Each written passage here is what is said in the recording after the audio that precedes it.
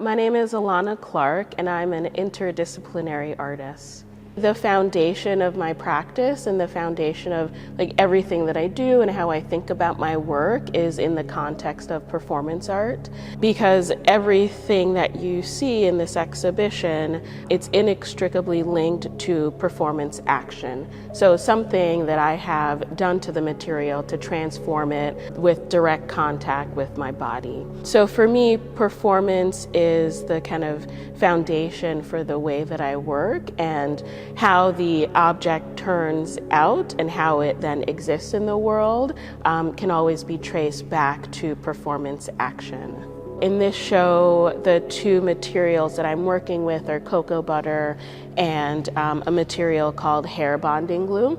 And it's a rubber latex that you would use to glue extensions into your head. You know, as I became an artist and as I began to think about these materials in a more critical way, it was important for me to kind of center them in my work and use it kind of as an excuse to unpack it, right? To understand how these materials operate in the world, and also challenging them through this process of transformation. Bringing this material into the studio has been my way of processing, and for me that then also kind of reorients these associations that I have with it, and I'm using it as a means to engage in conversations about freedom. In the exhibition, you know, it's such a huge space, and it would be really easy to just fill it with so many things so that the space doesn't feel so big. But I wanted the space with the work to feel overwhelming, even when you're in these moments of singularity with just one work on a wall, but then also be left with a lot of emptiness. So thinking about a void as well that surrounds the work. I think for me, this work is about this struggle to want to consume something in its fullness, and also for thinking about this idea of blackness and consumption as it relates to our larger society and culture. You want to consume this black mass, but you can't. There is just too much complexity within it, and it wants to consume you back. So I think that's a really interesting relationship, and then also kind of being drawn to it from a distance. I'm working with the material flat on the ground, building up the surface through these actions where I'm pushing, pulling, pinching, twisting, ripping, sliding against. And the material really captures and holds the actions that are performed upon it.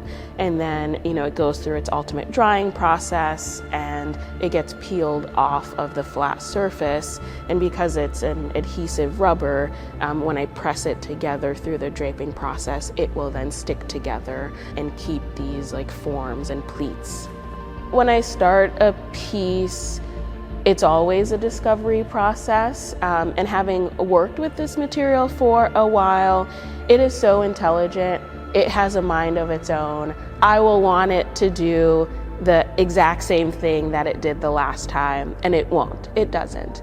It's a negotiation between myself and the material. And so I then had to really free myself from planning, right? So for these, I don't sketch. It's all about what is happening in that moment. How it pleats and drapes and falls, it really is dependent upon, where weight has accumulated.